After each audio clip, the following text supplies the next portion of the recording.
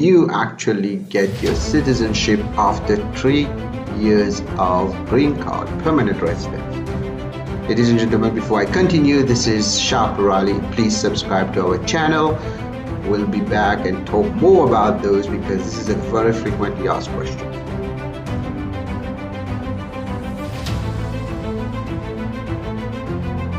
Indeed, now as you can see here, I have a chart that was made by the USCIS I know a long time ago, but it's still valid.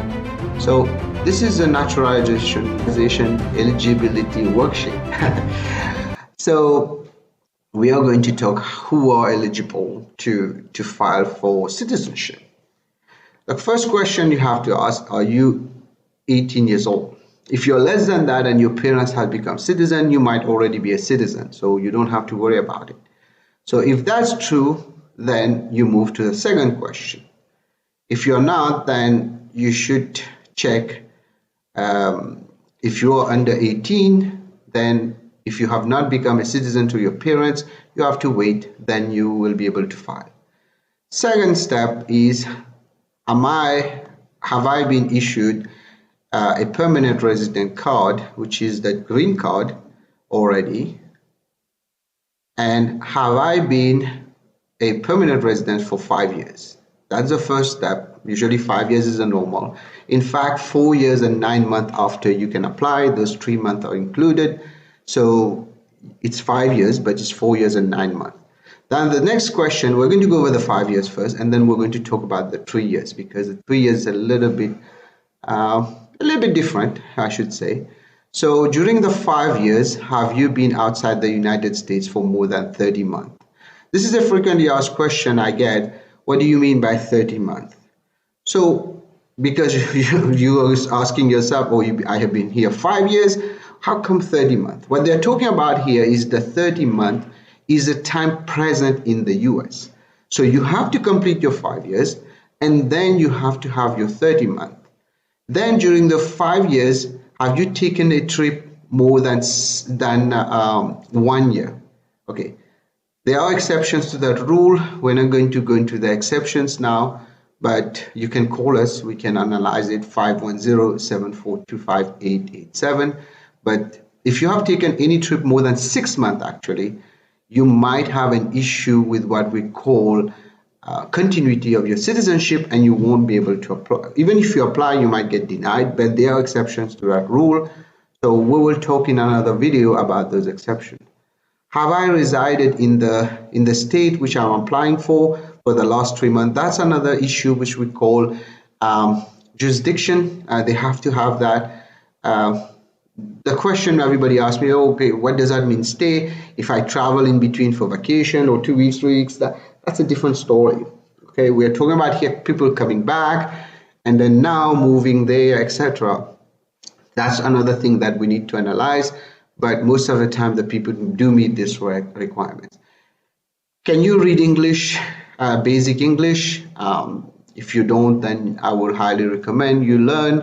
There are many classes out there which you can take, many centers that I don't know now with the COVID, if they're still open, but many of them are still open. You can take some free classes, learn English. Because the alternative that many people consider is to avoid the English, but that requires a lot of, there are a lot of requirements on it, etc., etc. And plus other people try to use the waivers. So I don't recommend that either. We'll talk about those in another video, but here we're going to stick to the regular citizenship. You have to have those requirements. I know my fundamentals that you can learn, and we have some good videos on this on our channel. So the 100 questions, etc. So I will post a link. I will post a link to that soon. Look here. This is what I was talking about, the 4 years and 9 months here. So if you can file 90 days, you can file actually 90 days before the 5 years. Okay. So now the next question you ask yourself is, am I a person of good moral character? That's something very, very big. Okay, if you have any kind of convictions within 5 years, even you clear it, unless it was dismissed and unless you're subject to exceptions, you might not get your citizenship. Okay, even though you did your time in prison or etc etc. So we have to, whenever you have a situation like that, I highly recommend you use an attorney to file, and we have filed many of them from our law firm. So please be in touch with us.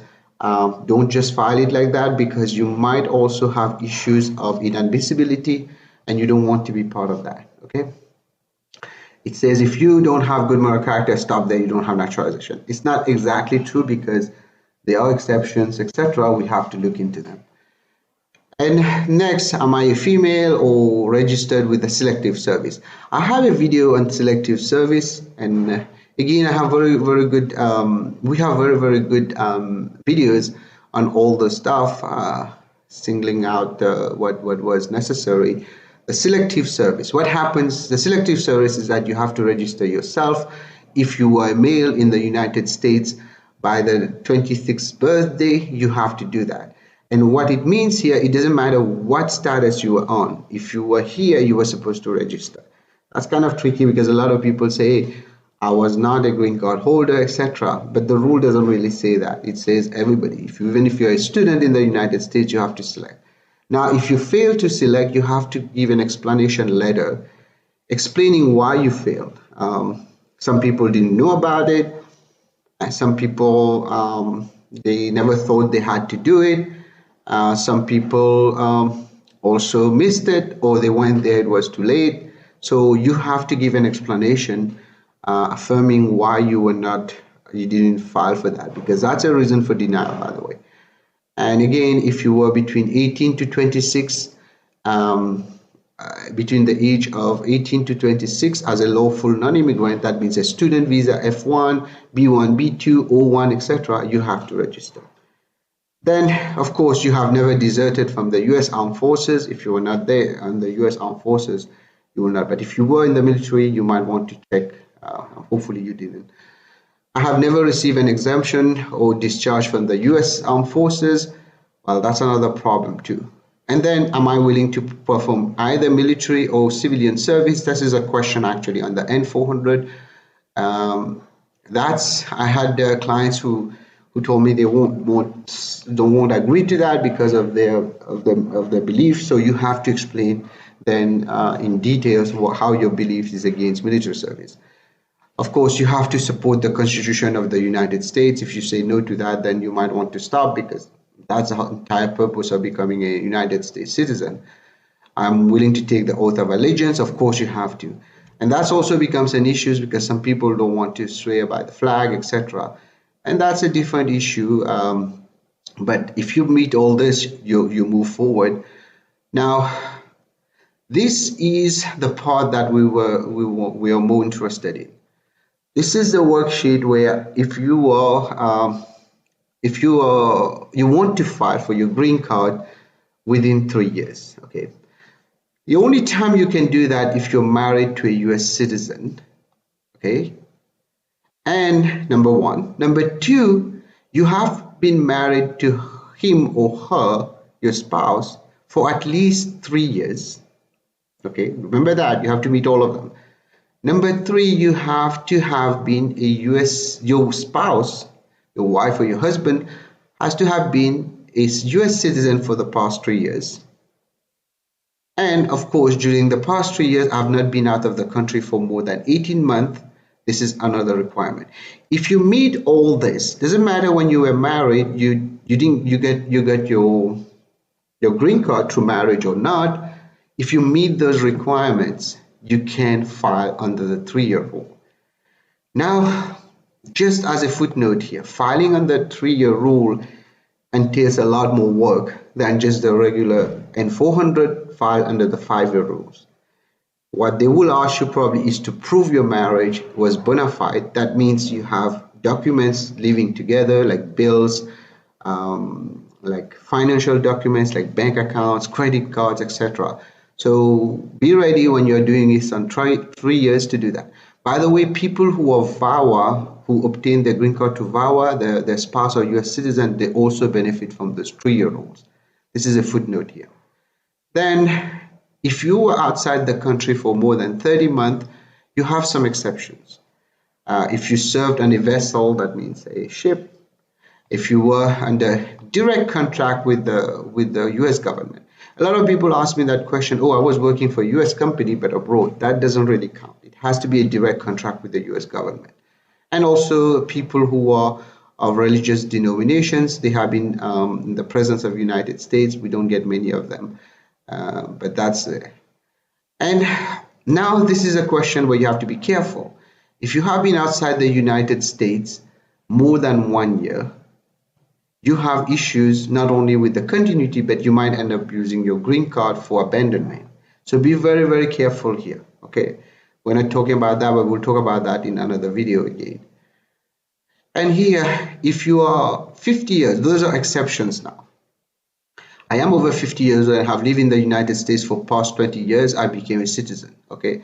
If true, then you move. I am 55 years old, live in the United States for 15 years and became a permanent resident. Since I became a permanent resident. So it's not only living, you have to be a PR. I have a disability that prevents me from fulfilling the requirements. These are exceptions where this part, you don't have to take the test in English, this part. You still have to take the test, but not in English. So the English part is waived, but the history part's still there, but in your country's language. But now you have this one where a lot of people try to get into that, the N648. The N648 is not that easy because you need that medical certification for disability. A lot of people think it's very easy because a lot of people told them it's easy, take their money. It's not that obvious. The doctor has to have followed up with you for a while, etc. And ultimately they have to show that you have some kind of mental disability, a very strong disability that will prevent you from taking the test. Otherwise, you're not going to wait. So you might as well just go with a regular one or this one with the 50 and 20 years old and 55, 15 years old of green card. So now we go to the next one, that this is a disability part. This is a part that I don't really like people using unless it's necessary. So be very, very careful. So bottom line, our question was, can you file under the 3 years? That's a part which everybody that was a main topic. The answer is yes, you can file under 3 years. You don't have to have obtained your green card to employment, but you have to meet those requirements I mentioned above, including your spouse is a US citizen, you have been married for the past 3 years, and he or she has been a US citizen for the past 3 years, and you have not left for 18 months more in the past 3 years. So if you meet those requirements, you might be able to be naturalized, become a citizen earlier than before. Thank you so much for listening. Please subscribe to our channel. Please share it with your friends and family. And if you need any help, feel free to reach out 510-742-5887. Anything I told you today is my opinion. You should not act or refrain to act solely on the information provided. You should contact an attorney if you have any question. Thank you.